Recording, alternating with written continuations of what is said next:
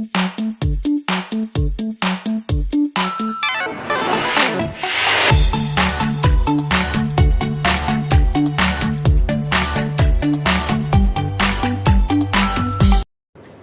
दोस्तों, मैं homeopathy physician doctor Atique Ahmad.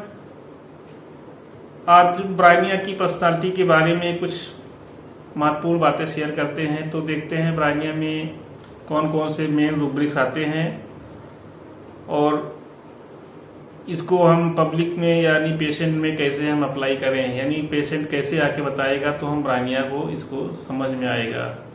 तो इसमें एक रूब्रिक्स होती है क्रुएल्टी और इनह्यूमैनिटी।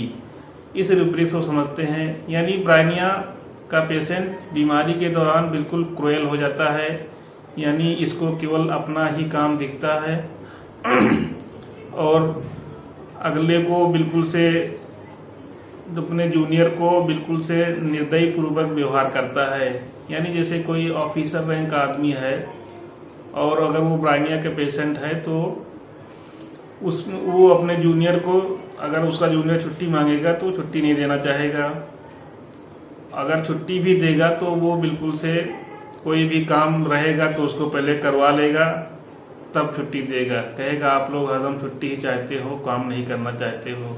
क्योंकि ब्राइनिया टॉकिंग ऑफ बिजनेस में भी होता है, बिजनेस टॉक्स ऑफ में भी है, यानी उसको हमेशा काम दिखता है, हमेशा काम दिखता है। तो यहाँ पे ये क्रुएल्टी और इनह्यूमैनिटी रूब्रिक्स ले सकते हैं। यानी ये जो है जल्दी से किसी को, अपने से छोटे जूनियर को जो है छुट्टी नहीं देना चाहता है, उसको जो है सपोर्ट नहीं करता उसको। तो ये रूब्रिक्स है क्रुएल्टी और इनह्यूमैनिटी। यानी जो ब्राइनिया में एक सिम्टम पढ़ते आए हैं कि dryness of mucous membrane through whole body.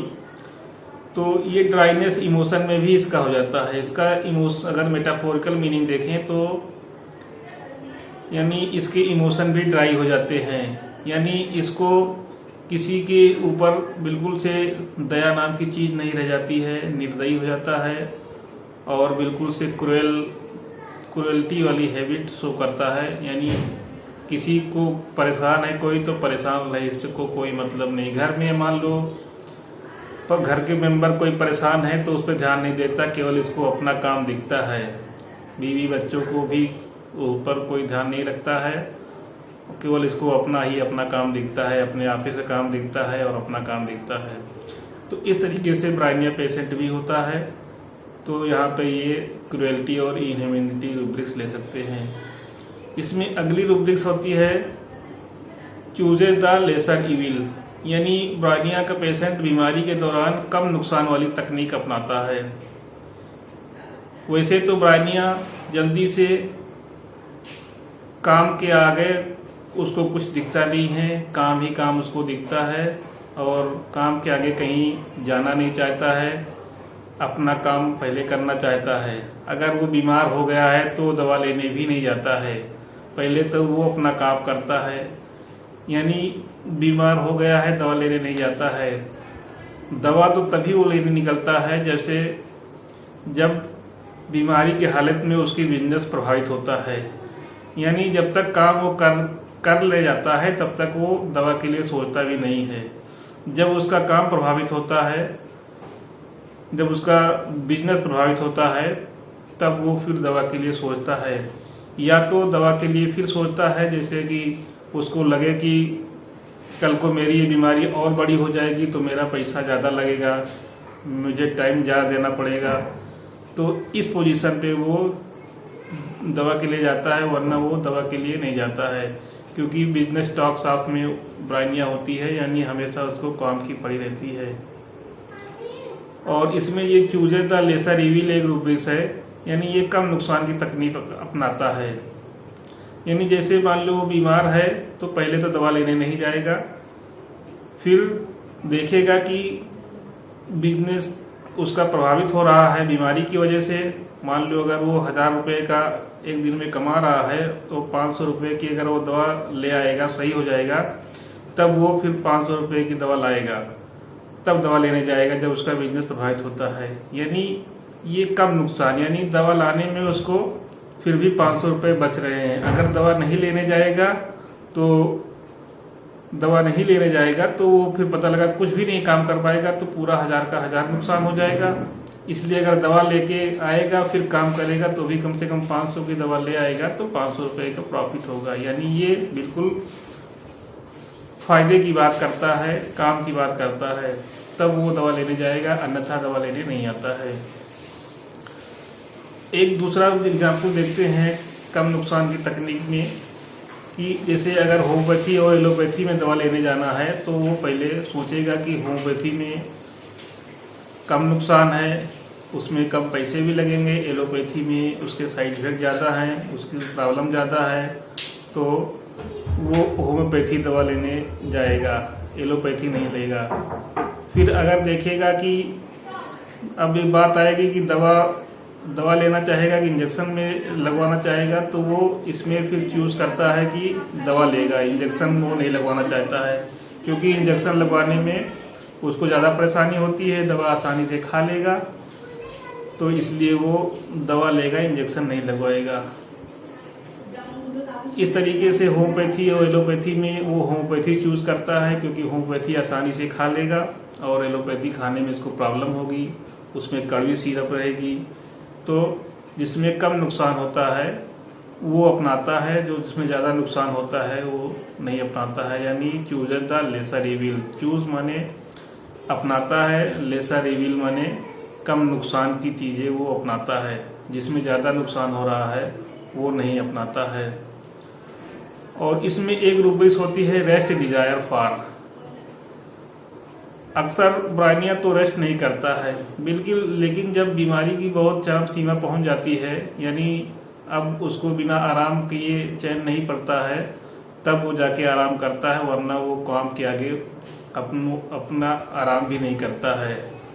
तो रेस्ट डिजायर क्या होता है, यानी जब बीमारी की एकदम से स्टीप पोजीशन हो जाती है, यानी जहाँ बिल्कुल काम नहीं कर पा रहा है, तब जाके वो रेस्ट डिजायर करता है, वरना जो है रेस्ट डिजायर नहीं होती है, यानी रेस्ट नहीं करना चाहता है। और ब्रायनिया का एक जो प्रोमिनेंट सिम्टम है कि मोशन से इसकी प्रॉब्लम बढ़ जाती है। तो अक्सर देखो क्लिनिक में आके पेशेंट चुपचाप बैठ जाते हैं, वो बोलना नहीं चाहते हैं और कहते हैं कि डॉक्टर साहब बगैर कुछ बोले हमको जल्दी से दवा दे दीजिए, क्योंकि बोलने से उनको प्रॉब्लम हो जाती है। तो ज़रा से भी वो बोलना नहीं चाहते हैं, कहते हैं कि बोलेंगे तो हमारी इंटरनल प्रॉब्लम बढ़ जाती है, हमें दिक्कत हो जाती है, बोलते हैं, क्योंकि एग्रीवेशन होता है, मोशन से एग्रीवेशन हो जाता है। तो इसमें अगली रूब्रिक्स आती है डिस्टर्ब एवर्स टू बीइंग, यानी ब्रायनिया का पेशेंट बीमारी की पोजीशन में वो डिस्टर्ब नहीं होना चाहता है। एक तो अगर वो बीमार है तो वो चाहता है कि चुपचाप से लेटा रहे, कोई उसको डिस्टर्ब ना करे, कोई उसको परेशान ना करे, क्योंकि डिस्टर्ब करने से परेशान करने से, यानी जरा से भी डिस्टर्ब होगा तो मोशन होगा, मोशन से उसकी प्रॉब्लम बढ़ जाती है। तो डिस्टर्ब एवर्स टू बीइंग यहाँ पे ये रूब्रिक्स ले सकते हैं। और ब्रायनिया का पेशेंट अक्सर देखो तो अपनी नम्रता दिखाकर, गरीबी दिखाकर और बातें करके कम पैसे में, कम मेहनत में काफ़ी कुछ पाने का कोशिश करता है।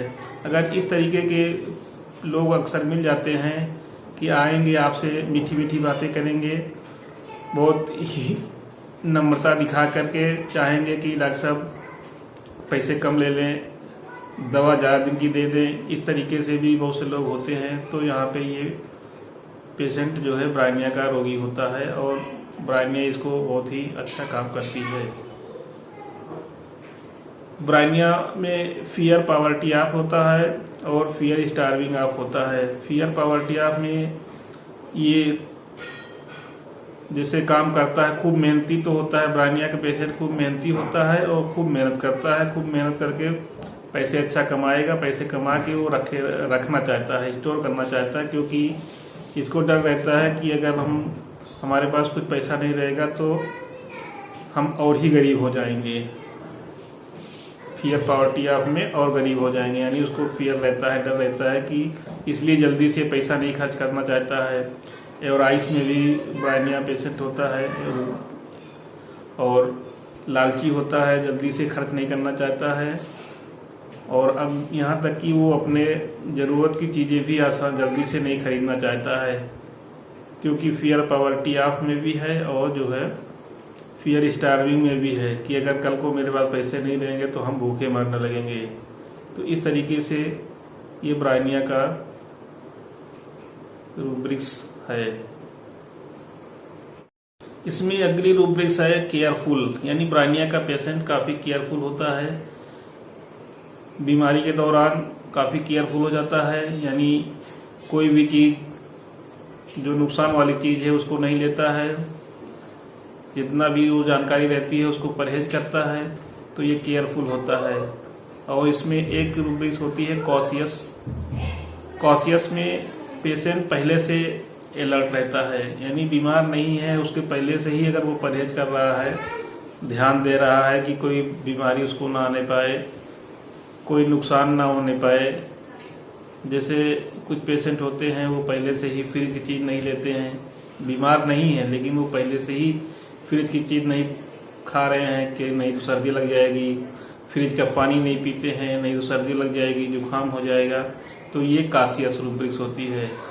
तो केयरफुल क्या होता है, यानी बीमारी के दौरान अगर वो केयरफुल है, खाने पीने में और भी चीज़ों में ध्यान रख रहा है, परहेज कर रहा है, तो ये रूब्रिक्स केयरफुल रूब्रिक्स हो जाएगा। और ब्रायनिया में एक मेन रूब्रिक्स होती है फियर ऑफ सफरिंग। इसमें फियर सफरिंग की फियर होती है, यानी कहेगा डॉक्टर साहब ये हमको जो परेशानी है, जैसे कोई पेशेंट आएगा वो कहेगा कि ये हमको जो परेशानी है आप ऐसी दवा दें कि ये परेशानी फिर से ना होने पाए, क्योंकि परेशानी होती है तो बहुत ही दिक्कत हो जाती है।